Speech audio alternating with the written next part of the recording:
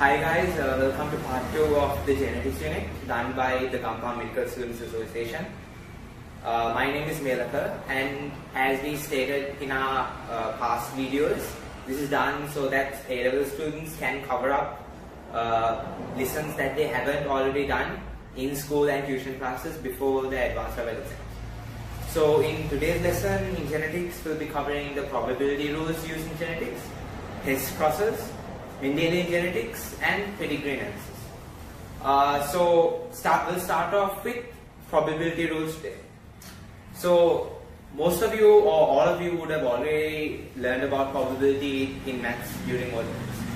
And the probability used in genetics in biology is also very basic and pretty much the same. So you know probability as the likeliness of a single event occurring out of a set of events, right? So for example, if you flip a coin, the likeliness of it landing heads or tails is the probability. So in that instance, there is 50% chance of it landing heads and a 50% chance of it landing tails. In biology as well, we use probability to determine the chance of an offspring getting a particular genotype or an offspring showcasing a particular phenotype.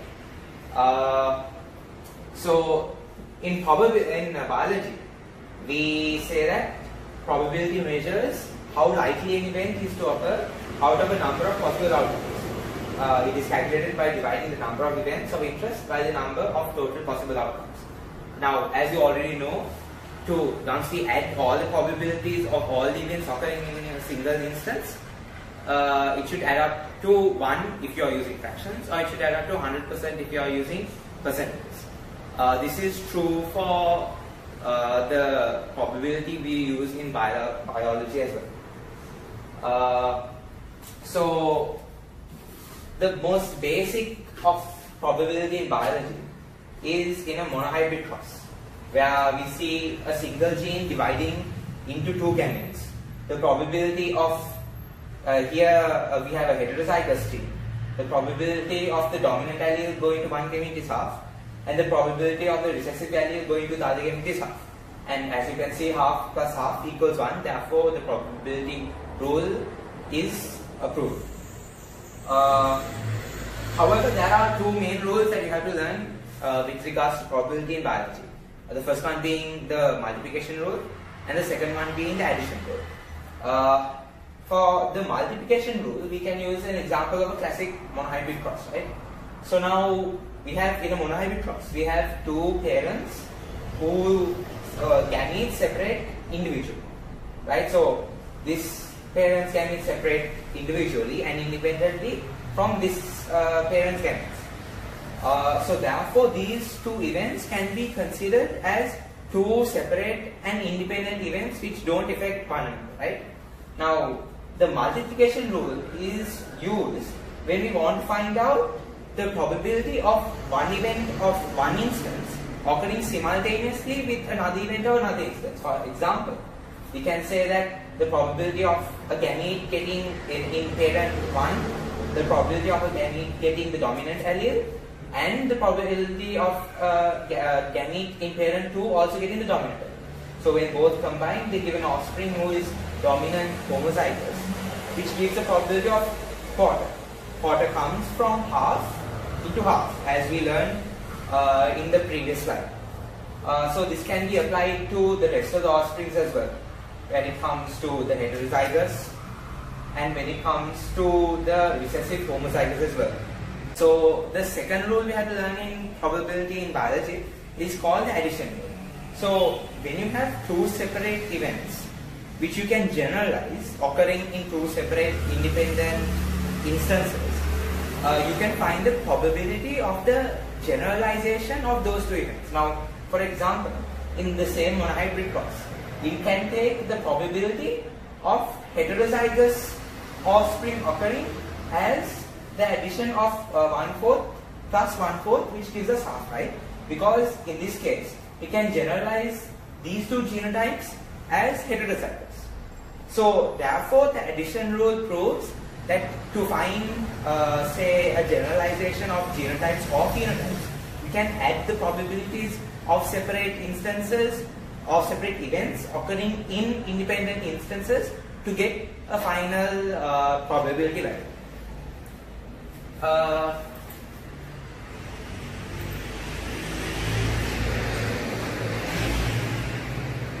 The next part of this is called multifactorial crosses.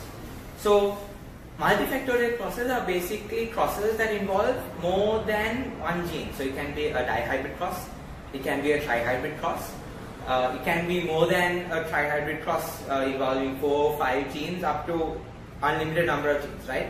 But in probability, what we do is we consider a multifactorial cross as several monohybrid crosses. Like for example, a dihybrid cross will be consisted of 2 monohybrid crosses, and a trihybrid cross will consist of 3 monohybrid crosses. In your node, they have first taken a dihybrid cross. They have taken genes for seed color and they have taken genes for seed shape. And in this case, what they have done is they've made a separate table for each monohybrid cross, right? So this is one monohybrid cross, and this is another monohybrid cross. So they have found the probability for each offspring of each monohybrid cross and separately putting into one table. So this is the table for seed color and this is the table for seed shape. You can clearly see that these probability values are the same probability values that you would get if you cross 2 heterozygous individuals in a monohybrid cross, and therefore it isn't really much different to what you were doing before.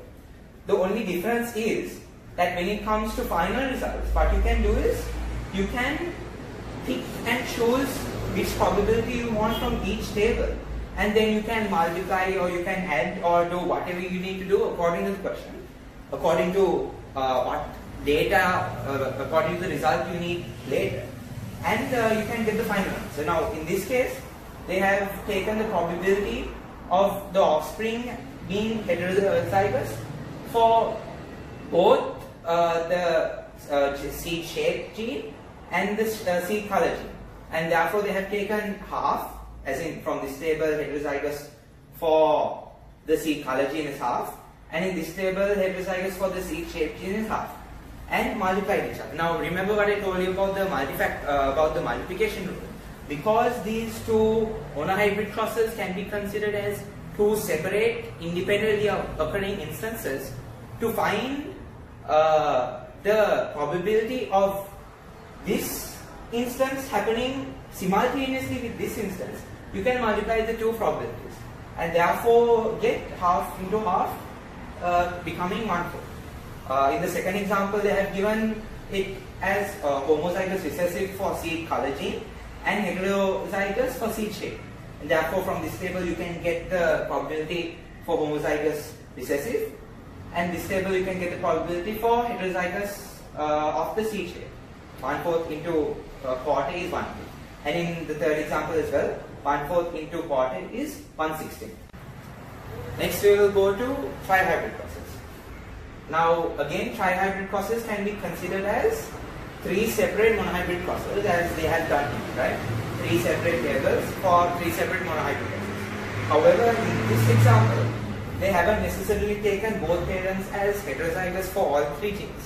As you can see, one parent, both the parents are heterozygous for the B gene, but only one parent is heterozygous for the Y and R gene, while the other parent is homozygous recessive for the Y and R gene. Therefore, these probabilities, especially in the Y table and the R table, change.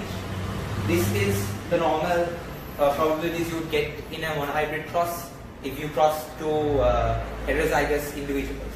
However, these two tables, the probabilities change because only one is heterozygous and the other is homozygous recessive. However, it works the same way. Now, as you can see, they have found the probability of the offspring being heterozygous for Y, dominant homozygous for B, and heterozygous for R. Now, in this case, heterozygous for Y becomes half, dominant homozygous becomes quarter, and heterozygous for R is half. So half into quarter into half. Half into quarter into half becomes 160. And you can do this for basically all the genotypes that can be found in the offspring of a trihybrid cross, right? Now, they haven't given all the genotypes here. However, if you like, you can do it at home and find the probability using those three tables for all the genotypes that can be found in a trihybrid cross. Now, in this example, they have specially given attention to the addition rule. Now, the addition rule mainly works when you take the probabilities of phenotypes, right? So, in this question, they have taken the probability of at least 2 dominant characters. Now, for it to become a dominant character, you have to have either the heterozygous nature of the gene or the dominant homozygous nature of the gene, right? So, it can be a multitude of genotypes. Now, as I explained when I explained the addition rule, you can add each probability of each genotype to get a final probability because you generalize it. And in this case, they have found, they have added all the probabilities of the relevant genotypes, and they have found it as 5/8. And this 5/8 probability can be used to find the total number of plants who show at least 2 dominant characteristics from the total of the use plants, which is in this case 640. And therefore 5/8 into 640 becomes 400. Our second topic for the day will be the test cross. Now, test crosses are mainly used to find an unknown genotype of an organism which expresses a dominant characteristic. Now, as you know, to express a dominant characteristic, an organism can be heterozygous for that particular gene or dominant homozygous, right? So, we don't exactly know whether it's heterozygous or dominant homozygous. To identify exactly this genotype, what we can do is we can cross that particular organism with the organism that shows the recessive characteristics, which means that the organism that shows the recessive characteristic is homozygous recessive for that particular gene, and therefore we definitely know the genotype of that particular organism. Now, if we do a test cross in a monohybrid cross, it is called a monohybrid test cross, and if we do a test cross in a dihybrid cross, it is called a dihybrid test cross. So, a monohybrid cross is pretty simple, right? In the note, they have given both examples of the 2 instances of how you can use a monohybrid test cross. So, in the first example, they have the unknown. They have given the genotype of the unknown parent as a dominant homozygous. We'll see how you can understand that it is dominant homozygous.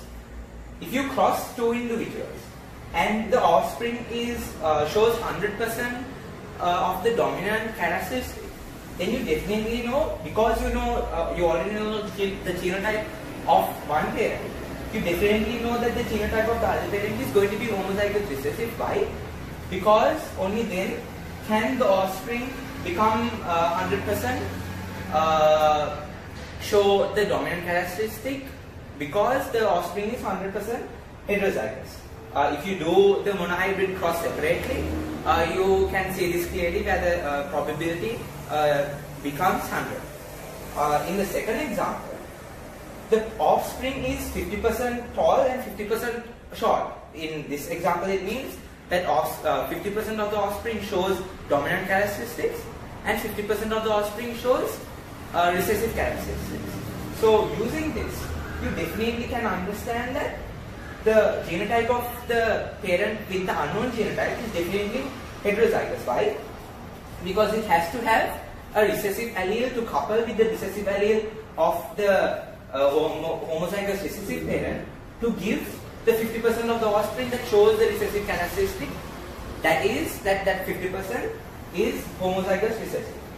Now, when it comes to dihybrid crosses, it's slightly different because there are several combinations of unknown genotypes that you can use with regards to only the 2 unknown combinations in monohybrid test cross, right?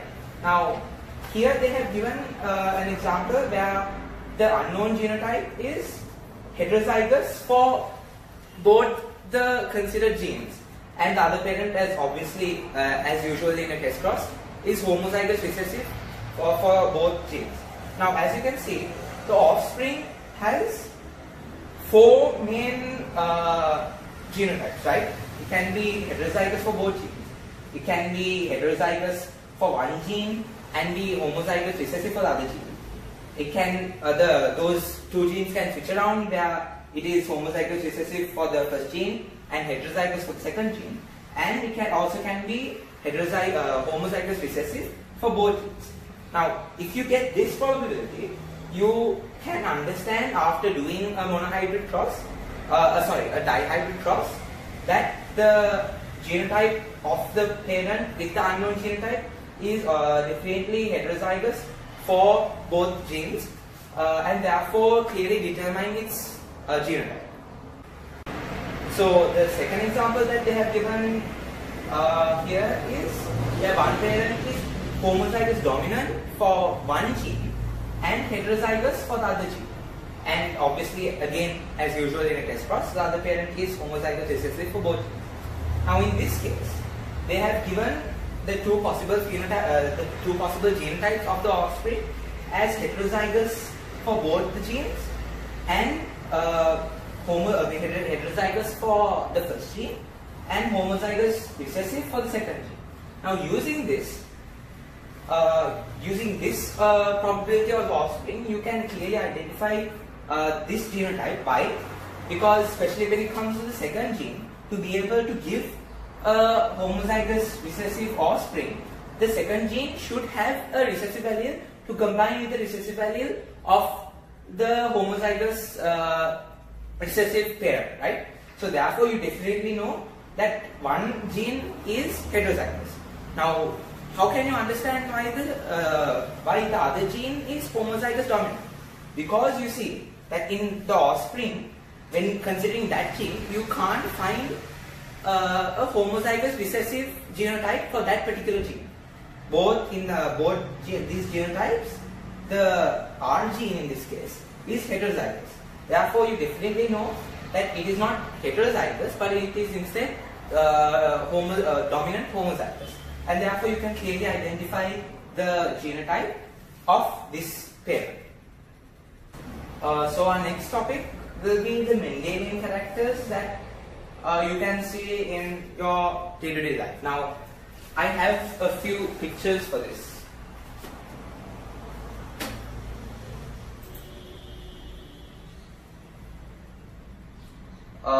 So the main Mendelian characters that you have to know in our syllabus are the attached or detached halo, widow's peak, dimples on cheek, bent thumbs, and the rolling or non-rolling of the tongue. Now, this picture shows the attached halo and a detached halo. And what you have to know is that in this case, the detached halo is the dominant trait, whereas the attached halo is the recessive trait. So, if you are heterozygous or homozygous dominant for that particular gene, you will have the detached halo. Now, the widow's peak, I'm not sure if you can see this, but there is a beak-shaped hairline, right? I've drawn it with a blue line. Again, I'm not sure if you can see it, but that is what we call a widow's peak. And in this instance, the presence of a widow's peak is the dominant characteristic. So if you are heterozygous or homozygous dominant for that particular gene, you will have the widow's peak. If you don't have the widow's peak, you are homozygous recessive for that particular gene.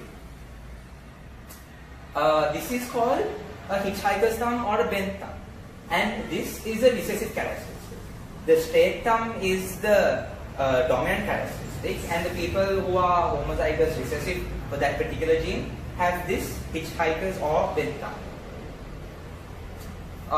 Rolling tongue is also another important and common Mendelian characteristic, whereas the ability to roll the tongue is a dominant trait, and if you can't roll the tongue, it's a recessive trait. So again, as I said before, if you are heterozygous or dominant homozygous, you will be able to roll the tongue, and if you are homozygous recessive, you won't be able to roll the tongue.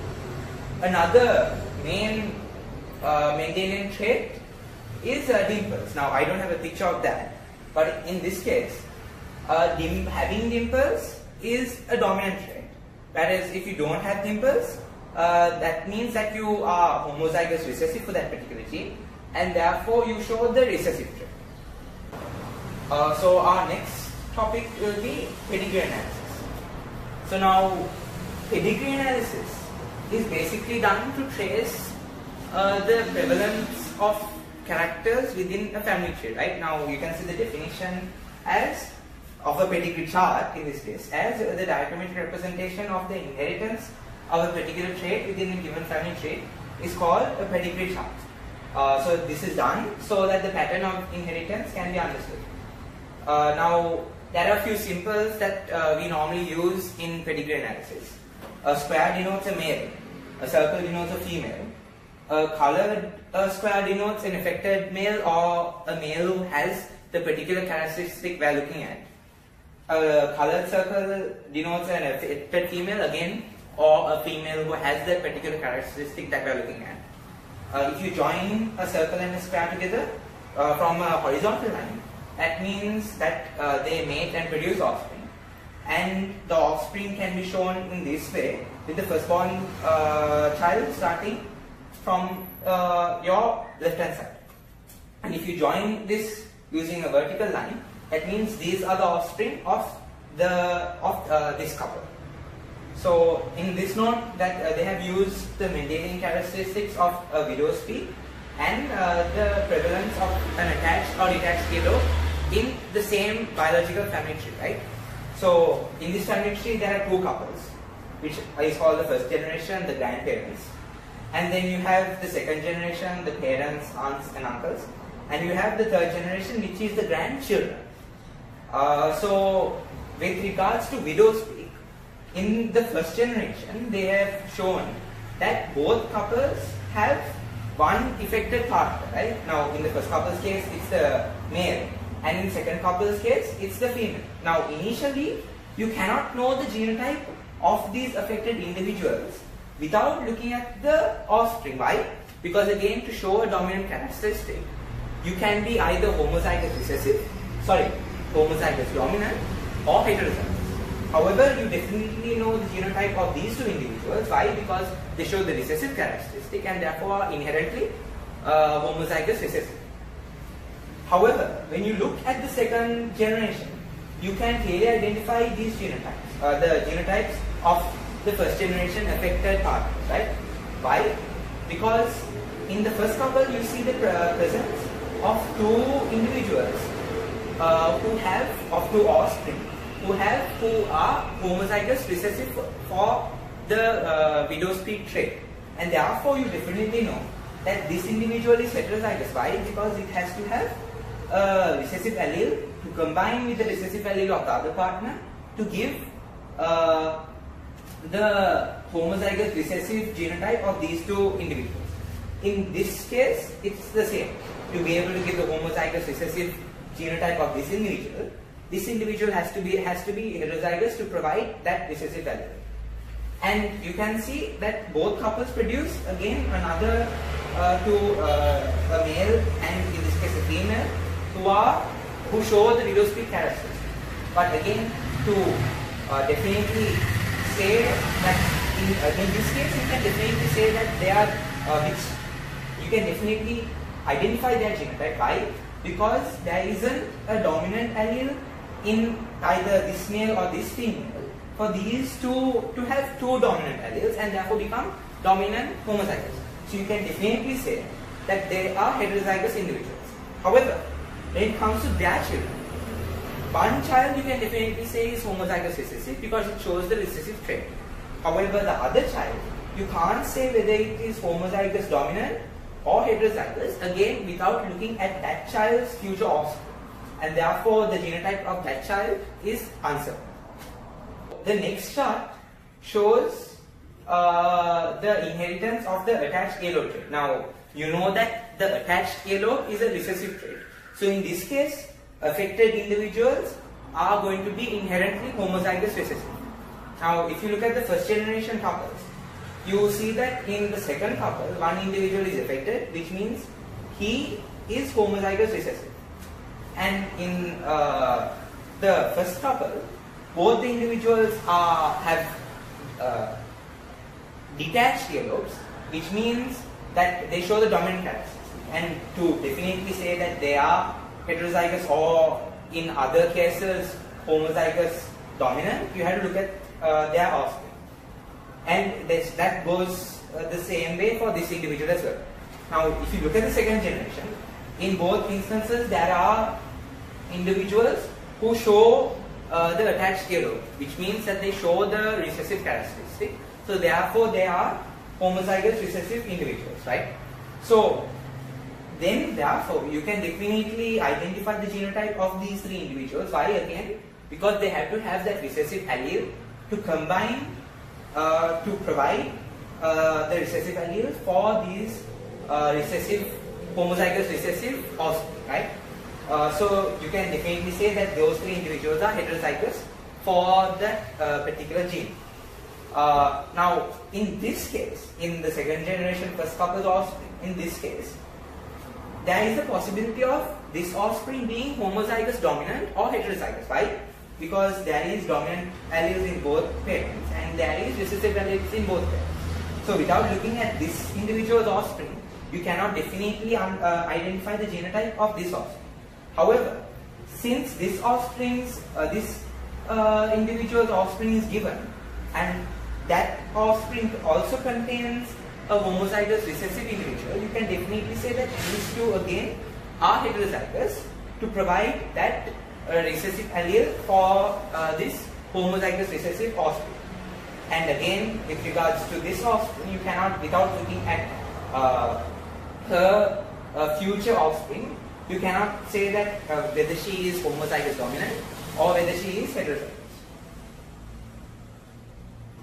Now, probability laws can be applied to pedigree charts as well. How? Now, in this case, they have taken the probability of our offspring having the chance of having widow's peak and having an attached earlobe. So both together, right? Again, two separate events, independent events occurring simultaneously. So again, a widow's peak is a dominant character. To provide the dominant character, you can be either heterozygous or homozygous dominant. So if you draw a usual monohybrid cross with two heterozygous parents, the probability of showing the dominant characteristic will be in this case 3/4, and the probability of showing the recessive characteristic, which is in this case the attached earlobe, is 1/4. Therefore, for them to occur simultaneously, you can find the probability by multiplying those two probabilities and finding the total probability of 3/16. This brings us to the end of this video. Please stay tuned for further videos on genetics and other lessons as well. Thank you.